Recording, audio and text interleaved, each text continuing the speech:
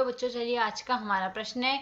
नीचे ए व बी में प्रदत्त कथनों में से प्रत्येक में दिए गए कथन का प्रतिधनात्मक व विलोम कथन पहचानिए। हमें यहाँ से कथन दिया गया है, यदि आप दिल्ली में रहते हैं तो आपके पास जाड़े के कपड़े हैं। तो यहाँ से दो कथन, इसी प्रकार दूसरा कथन हमें यहाँ से दिया गया है, यदि एक चतुर्भुज समांतर चतुर्भुज है तो उसके विकर्ण एक दूसरे को समद्विभाजित करेंगे। तो यहाँ से इस प्रश्न को करने हेतु तो हमारे पास यहाँ से हमारी मुख्य अवधारणा कार्य करेगी। मुख्य अवधारणा यहाँ से हम लेके चलेंगे।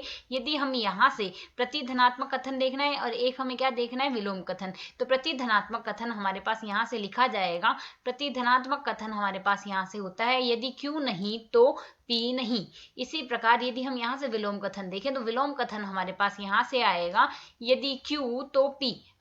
और यहाँ से जो कथन हमें, यदि Q तो P, और जो कथन हमें दिया होता है वह होगा यदि P तो Q। तो यदि प्रश्न के अनुसार हम देखें तो यह हमें दिया गया है, यदि आप दिल्ली में रहते हैं तो यहाँ से Q कथन होगा आपके पास जाड़े के कपड़े हैं। तो यहाँ से यदि हम इसके लिए देखें प्रतिधनात्मक कथन, प्रतिधनात्मक कथन क्या होगा, यदि Q नहीं तो P नहीं। अर्थात Q नहीं हमारे पास क्या होगा, यदि आपके पास जाड़े के कपड़े नहीं है तो आप दिल्ली में नहीं रहते। अर्थात इनमें से हमारे पास प्रतिधनात्मक कथन कौन सा आ जाएगा, प्रतिधनात्मक कथन यदि हम यहाँ से देखें, यदि आपके पास जाड़े के कपड़े नहीं है तो आप दिल्ली में नहीं रहते, यह कथन तो हो जाएगा हमारे पास प्रतिधनात्मक कथन जो हमें याद करना था। और यहाँ से विलोम कथन आएगा हमारे पास, यदि P नहीं, यदि Q तो P।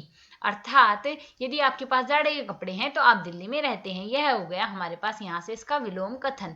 ठीक है, ठीक इसी प्रकार यदि अब यहाँ से देखें, अगला कथन है, यदि एक चतुर्भुज समांतर चतुर्भुज है, चतुर्भुज समांतर चतुर्भुज है, यह तो होगा P कथन, और उसके विकर्ण एक दूसरे को समद्विभाजित करते हैं, Q कथन होगा। तो यदि विलोम कथन देखें, विलोम कथन होगा यदि विकर्ण, यदि चतुर्भुज के विकर्ण से समद्विभाजित करते हैं तो वह समांतर चतुर्भुज होगा। अर्थात यदि चतुर्भुज के विकर्ण एक दूसरे को समद्विभाजित करते हैं वह समांतर चतुर्भुज, अर्थात यह कथन तो होगा हमारा विलोम कथन।